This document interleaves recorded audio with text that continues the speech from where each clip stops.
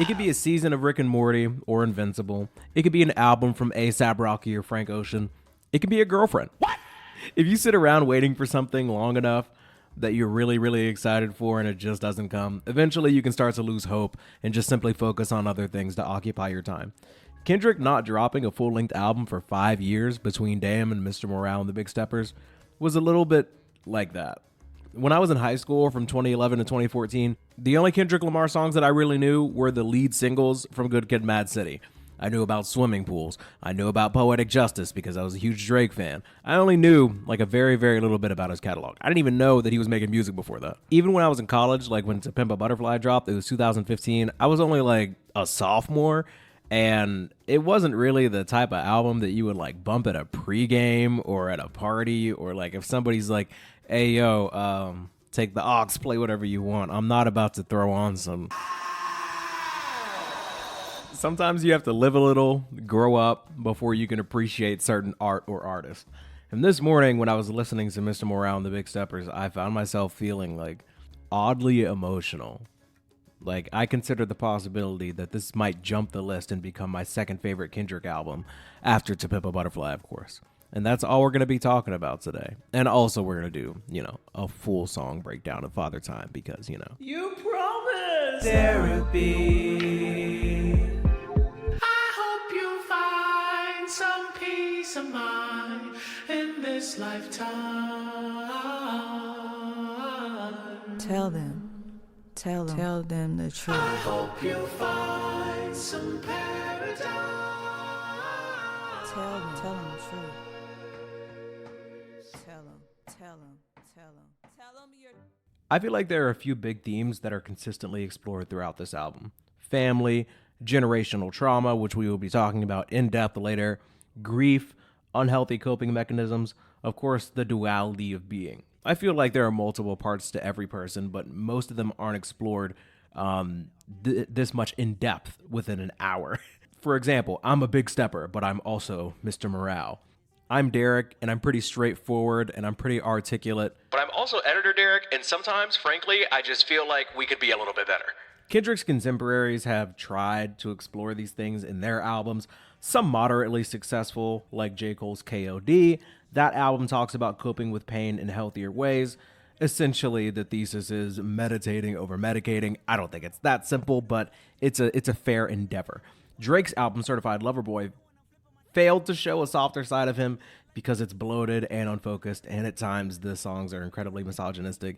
I don't know whether it's supposed to be a parody or if it's actually supposed to be his legitimate and vulnerable feelings. Some songs are good. Most of them are gross.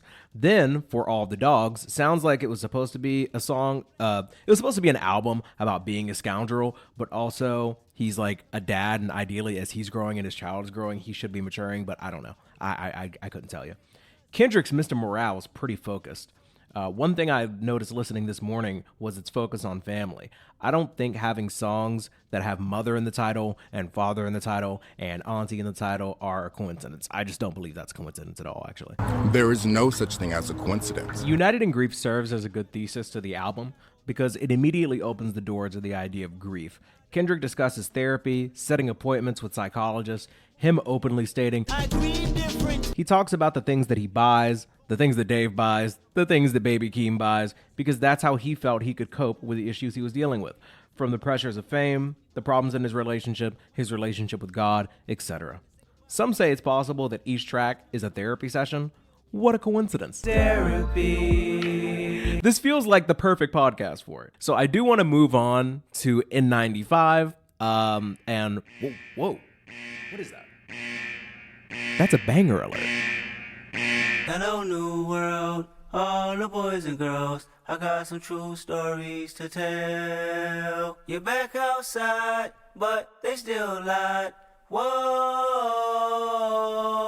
yeah. To the few dozen of you who knew about my podcast before this summer, the lies told by some of our government and health officials are things I will never forget. My brother and I's favorite saying is, people forget. And that has to apply here. Do you remember people telling you literally not to go see your own family? People telling you that you couldn't go outside? Like, you weren't allowed to take your own children to the park. Like, do you remember people wearing masks outside walking by themselves? Do you remember seeing people wearing masks by themselves in their own car? The rec center that I go to play basketball at every single week told me that I had to wear a mask to shoot a basketball on a court by myself.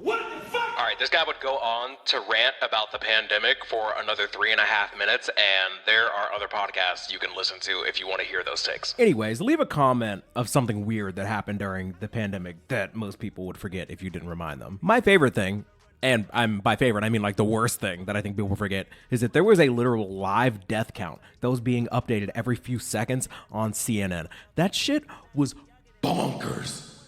Anyways, I like how Kendrick starts this song, "You're back outside, but they still lied," and he doesn't have to go into great detail like I did, assuming my editor doesn't cut it. I had to. So the beat goes crazy, obviously. It sounds grand and large and triumphant, but it's also upbeat. Kendrick says if you take off the Wi-Fi, the money phone, the car loan, the weird-ass jewelry, you're actually ugly. Oh. You're ugly as fuck. Ow. He talks about people being fake deep and fake woke, and he could be referring to a number of things. I'd like to assume he's referring to Black Lives Matter. We're currently in the midst of a Black Lives Matter off-season is what I like to call it. I think about the Black Lives Matter off-season a lot because when the news isn't telling people to care about black issues, believe it or not, I'm still black every day. I think about that a lot, actually. Like every few weeks, I post on Facebook and on Twitter, and I say, man, Black Lives Matter off-season is running a little long this time around, and nobody responds to it. You know why? Because they're filled with guilt. Because unless somebody is telling them to care about a black person dying, it doesn't actually matter to them. And that's okay. It's okay to not care about certain issues. I just don't like when people pretend that they care when it's trendy to, and they post those stupid fucking black squares. Anyways, Bro, relax. the flow in the second verse goes crazy. Oh, you guys are going to love this. The world in a panic, the women is stranded, the men on a run. Okay. The prophets abandon the law. No. The prophets abandon the law, take advantage. The market is crashing. The industry he snapped. The third verse. No. The third verse. What? The third verse gets the assist from Baby Keem, and their chemistry is basically 2012 LeBron and Wade. So it caps off the track incredibly. N95 is just a 10 out of 10 song. It's a fun listen, but it also has great messages snuck in. Let's talk about the next one.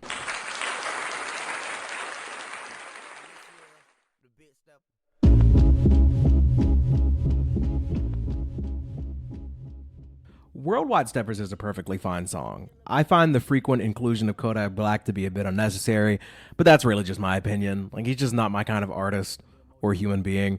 Worldwide Steppers compares human beings to zombies, which is very intriguing. Childish Gambino does something similar on the song Zombies from the incredible album Awaken My Love, which I'll probably talk about in depth someday, or maybe just a song or two from there. But in this case, Kendrick's zombies may refer to those with no self-control. They crave things, and they let these things make them simple-minded and make bad decisions. It also works because this was likely written during the Panda. The Pandy. Where people are very germophobic. Try again. They're germophobic. There you go. And they're avoiding people like the plague, basically. Kendrick talks about how he was a zombie. He's text messaging bitches until his thumbs hurt, which is just a hilarious line. He speaks openly about his potential sex addiction, his infidelity, and how much it hurt his partner.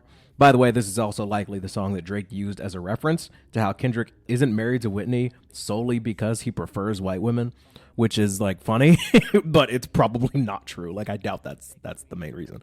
Related, kind of. There's this funny line where Whitney asks Kendrick if he has a problem, and he answers with, "Yeah, I might be racist." You what? So he talks about something that is fascinating, and I've heard no other artist talk about, and it's something that actually resonates with me personally. And hear me out. We're gonna go like off the rails for a bit, but I promise it's related. So believe it or not, white people didn't used to be down with the brown at all. My dad's dad grew up in an America where it was perfectly acceptable and basically legal to be openly racist towards black people. The progress is remarkable, but people forget how not long ago that was. My parents, who grew up in the 70s and 80s, dealt with significantly more racism than I ever have. Like, the worst I get these days is just being pulled over all the time for just like driving while black. And, you know, a litany of YouTube comments telling me that I don't sound black because like I speak so well, which, you know, It's kind of racist. is kind of racist. But what's the point? Kendrick using racism as an explanation to his girl as to why he's banging white chicks may sound ridiculous, Because it is. but like I get it, Because when I was growing up in the late 2000s and early 2010s, being black still wasn't as cool as it is right now. Like, white kids' parents treated me differently. The white kids obviously treated me differently. In fact, I remember specifically, and this was around actually a little over a decade ago, I asked this girl to prom. She happened to be white. I wanted her to go. She wanted me to go. And at this point, like, just to set the stage here, this isn't a flex because high school doesn't matter, but I was junior class president at this point. Now, the only reason I say that is because what would give any parent the indication that it would be a problem for their daughter to go to prom with me? I'm relatively popular.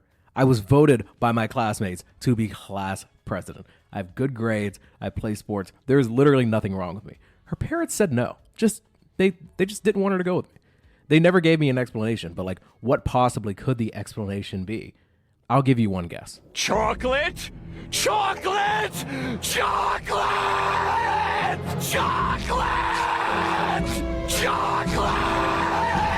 So by the time I got to college, the idea of being able to like engage physically with white women, like in an intimate way, like, I feel like it definitely affected me in like a subconscious way. Like, I'm not saying I woke up every day in college like, let me smash on some white girls for the dead homies that never could. But there was like something internal working, I feel like, in the back of my brain. I don't know. It just felt like I was achieving something like greater, not because like a white woman is better than any other woman. No. But it just felt as if like I had been denied this thing, or people have been trying to deny me this thing for the majority of my life. My dad, his brothers, my grandfather, his brothers, probably, like, everybody's told you, don't go near them, don't do this, it's not legal, it's not right, don't mix like that. And for me, I felt like, I don't know, like, I can't really explain that, but when we talk about themes of generational trauma and how your parents and your grandparents and your family and culture and history impact you in ways that you don't realize, I really do feel like that's at play here. Now, to be clear here, him using this as justification for cheating on Whitney is fucking ridiculous. Like, I could just imagine Whitney finding out that like he's been unfaithful, and he's like, listen, Stay with me now. you don't understand. Growing up as a black man and being surrounded by other black men that were denied these things, it's kind of ingrained into my DNA. Is it wickedness or weakness? She'd be like, boy, if you don't get, like, I get it, having sex with white women is a way to stick it to old racist white people, but like you're in a relationship. Like, dude, relax.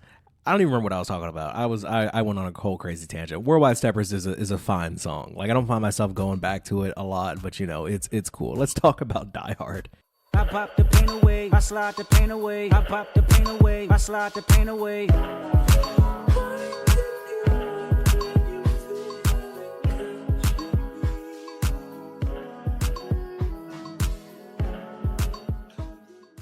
Die Hard is a bit of a pop song. It sounds like it was built to be a little bit more digestible for the masses, like maybe it could hit the radio at some point. The radio? A lot of the song isn't Kendrick, so I'm going to mainly talk about some of the lyrics that pop out and just my overall feelings towards the track. The hook is one of the many bits that could be addressed towards Whitney or his family or his fans. It talks about not being too late, setting demons straight, and obviously staying down for him while he gets his stuff together. I really enjoy the instrumentals also towards the back half and end of the track. And the part where Kendrick is like, can I open up business a little, you're late or not? I found that to be like kind of a unique rhyme scheme, and I appreciated the delivery.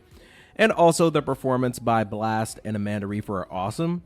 And that shimmy, shimmy, cocoa, that just lives in my head rent free. I don't have a ton more to say about the song. I know every time I go through a song quickly, there's like 7 people in the comments that are like, he barely talked about my favorite song. It's gonna be okay.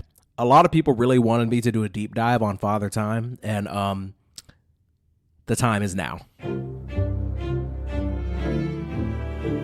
really need some therapy. Real nigga need no therapy. Fuck you talking No, about? you sound stupid as fuck. Shit, everybody's stupid. Yeah, well, you need to talk to somebody. Reach out to Eckhart.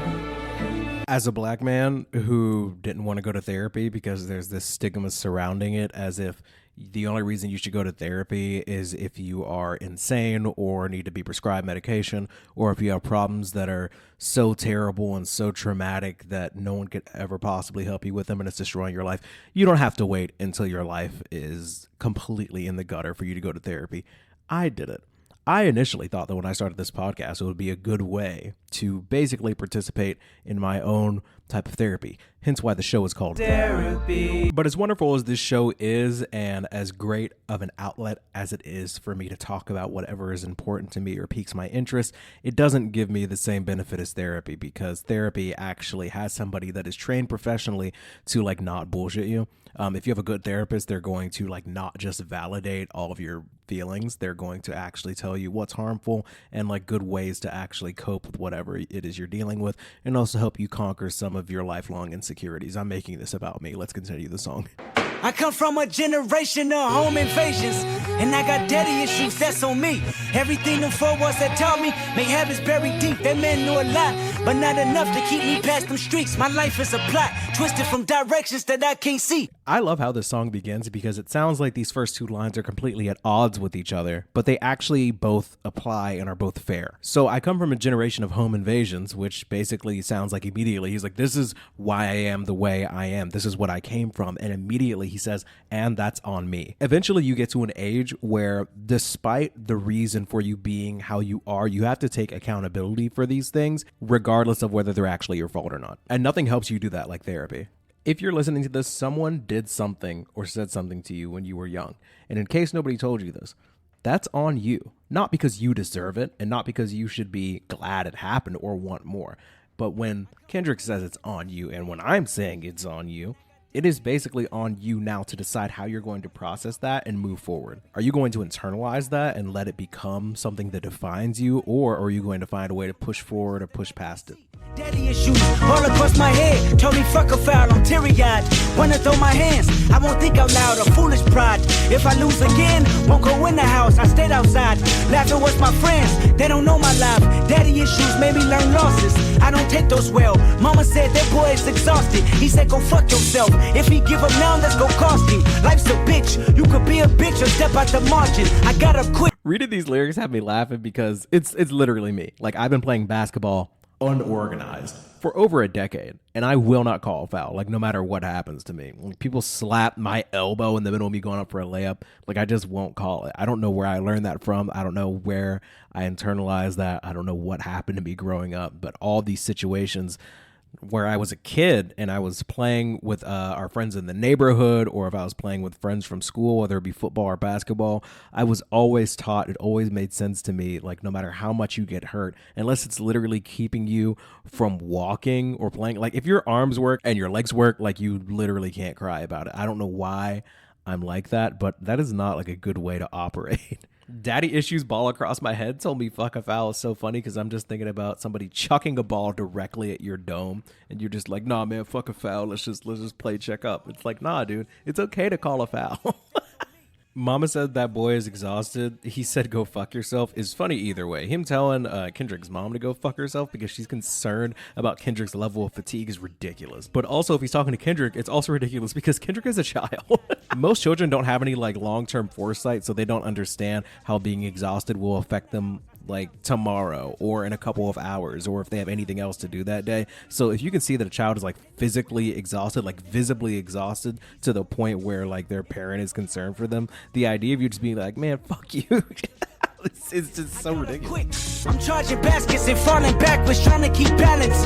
Oh, this the part where mental stability meets talent. Oh, this the party breaks my humility just for practice. Tactics we learn together, sore losers forever. Daddy issue. Charging baskets keeps with the basketball reference, and Kendrick is falling backwards while trying to keep balance. He's past the point of exhaustion, but just won't take the L, and his dad is just going to keep pushing him. Breaking someone's humility for practice is insane. Like, my dad didn't push me like this when it came to sports, but I did have some football coaches growing up that were like way too comfortable pushing kids to run and do workouts to the point where like they'd be vomiting over and over again and they would pass out from heat exhaustion because we're in full pads in the middle of summer just like running nonstop, like laps around a field, like hitting each other at full speed. You can't tell me that some random dude that teaches 7th grade history learned that from anywhere else but a shit ass dad. Like, bro, get these kids some water. I need it. So loses forever, daddy Early issues. morning wake ups, practicing on day offs. Tough love, bottled up, no chase I need, no chase I need, no chase I need, no chase I need, no chase. Early morning wake ups, practicing on day offs. Tough love, bottled up, no chase I need, no chase I need, no chase I need, no chase I need, no chase I need. First of all, this is probably the best hook on the album. Ironically, the first time I heard sample was on a Drake song. It's on this old school joint called The Motion. You guys have probably never heard of it. But I think that Drake and Sampha have collaborated multiple times. I think he was also on that song 4422 on More Life. Can you tell I'm a Drake fan? Oh, hey, you with the afro. Give it a rest. Beat it. Put the music back on. Anyways, yeah, they've collaborated before. I love rap songs with melodies infused in general. I'm just a sucker for a good hook. Early morning wake up, practice it on day offs is obviously like another reference back to kind of like the sports anecdote that was referenced earlier. Practicing no day off, so it's just like another allusion to the fact that like men don't get time off. They don't get to relax at all. A drink made neat has no ice. It's not watered down in any way. You're just supposed to let the liquor hit you. Put hair on your chest. Bottled up, no chaser is like a really good way to show that when things hit you as a man, you're supposed to just bottle it up, which is not good at all, by the way.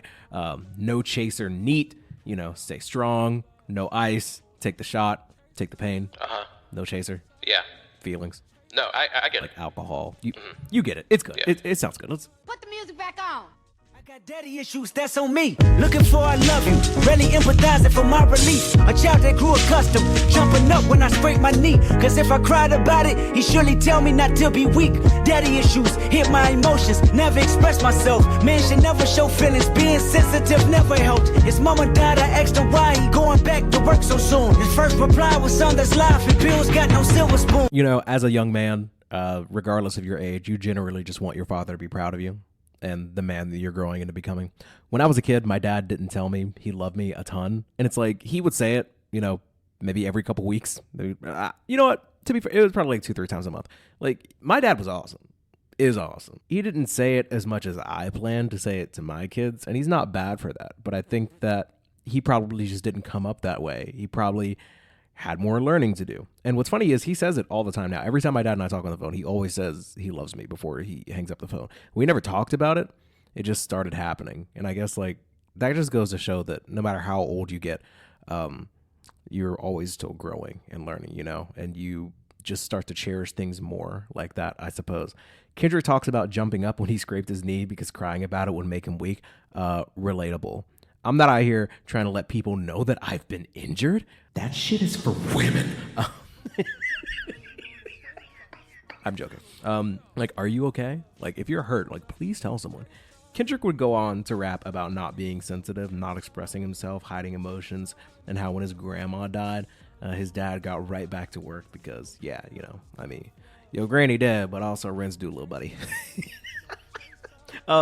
Processing grief is obviously important. Crying is definitely legal.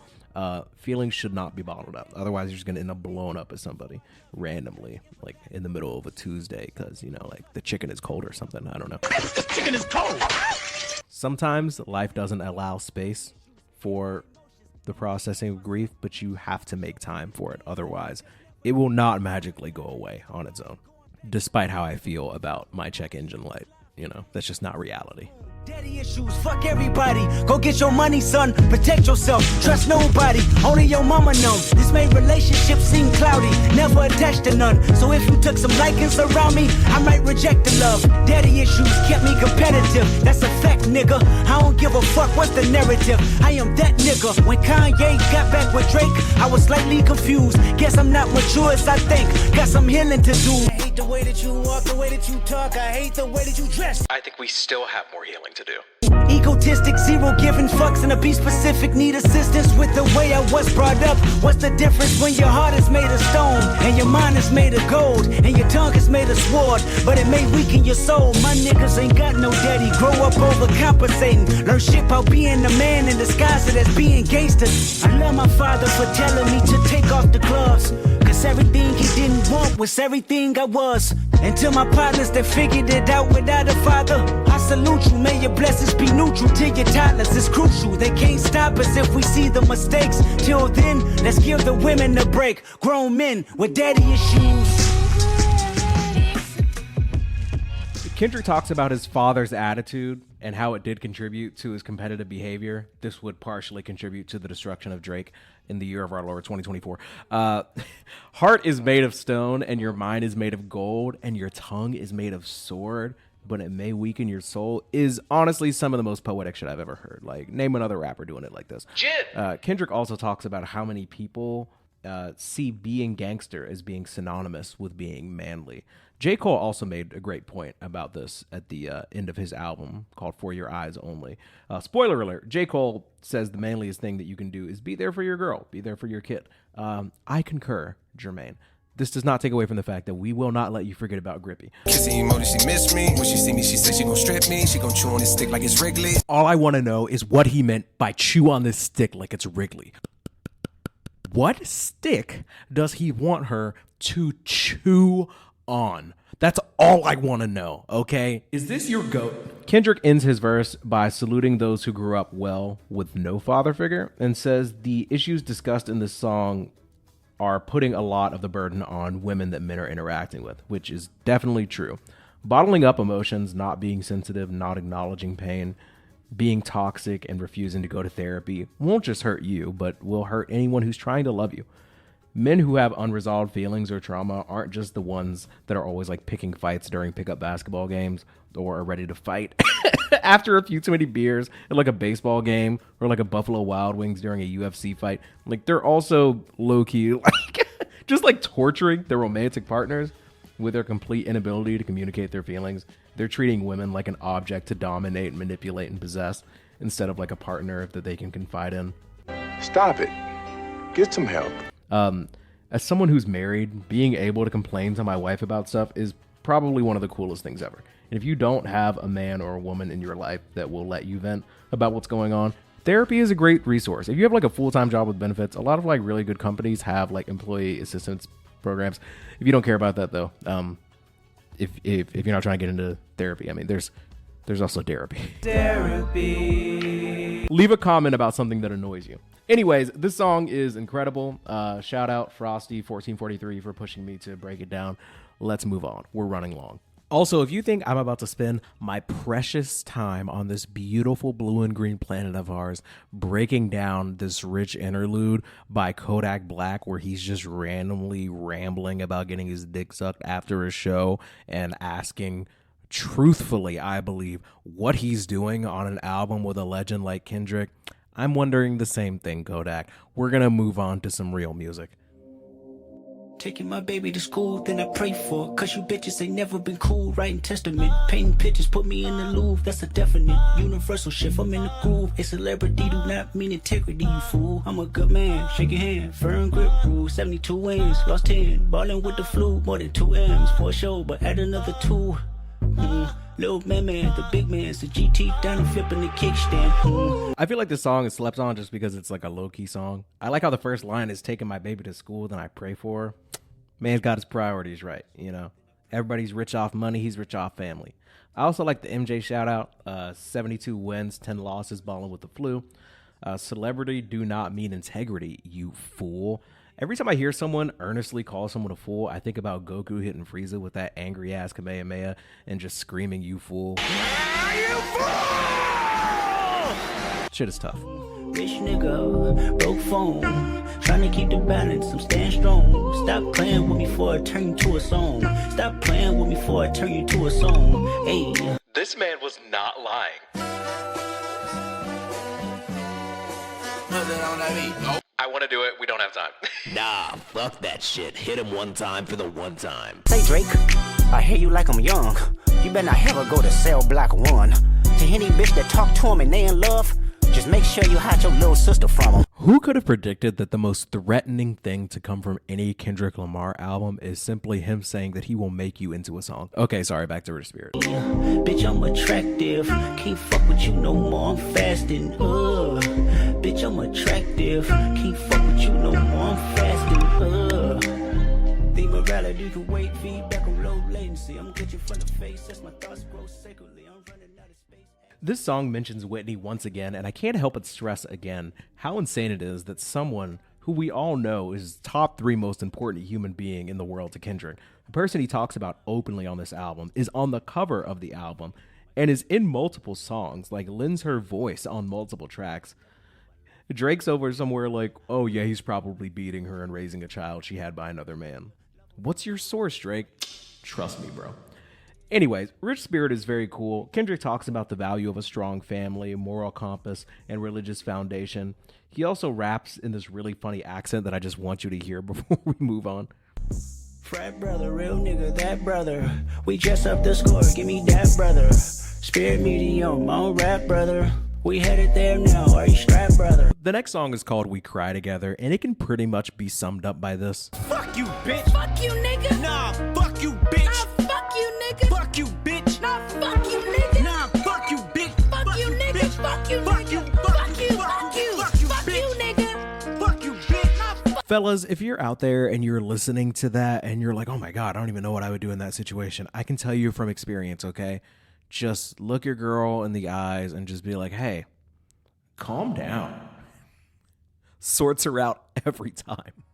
The last song on disc 1 is called Purple Hearts, featuring Summer Walker and Ghostface Killah. Tippy torn and I'm mud walking. Rolling 7s, I ain't ready for no coffee. I know y'all love it when the drugs talking, but shut the fuck up when you hear love talking. Shut the fuck up when you hear love talking. If God be the source, then I am the plug talking. Yeah, baby. Yeah, baby. Yeah, baby. Yeah, baby. Yeah, baby. Yeah, baby. You don't shut your... Rolling 7s means you're feeling lucky, but it also means you're rolling with God. Let me hear you. Amen. You're going to hear a lot of people telling you to shut the fuck up in the next couple of minutes. So, just prepare your ears for that. It's just going to be one of them. This my undisputed truth. My life is like forbidden fruit. My bitch know better than I do. A woman's worth. I barely went to church. I'd rather fast with you than fuck it up. Fucking with skirts, cause I'm rational. A nigga still go be a nigga. Emoji heart, my family pictures. 2-stepping away from rappers. I don't trust their true intentions. I'm not in the music business. I've been in the human business. Whole life been social distant. Hoes like when you not tripping. My life is like forbidden fruit. My bitch know better than I do. I love the reference to the story of Adam and Eve. Kendrick's like, well, actually, my girl knows better than me. Speak for yourself. I like the idea of being in the human business instead of the music business. Like, I'm doing this for the people, not Universal Music Group, not Lucy and Grange. I'd like to say that I feel similarly. Like, I definitely care more about the people consuming the art, like rather than YouTube or Spotify or whatever makes traditional artists or creators successful.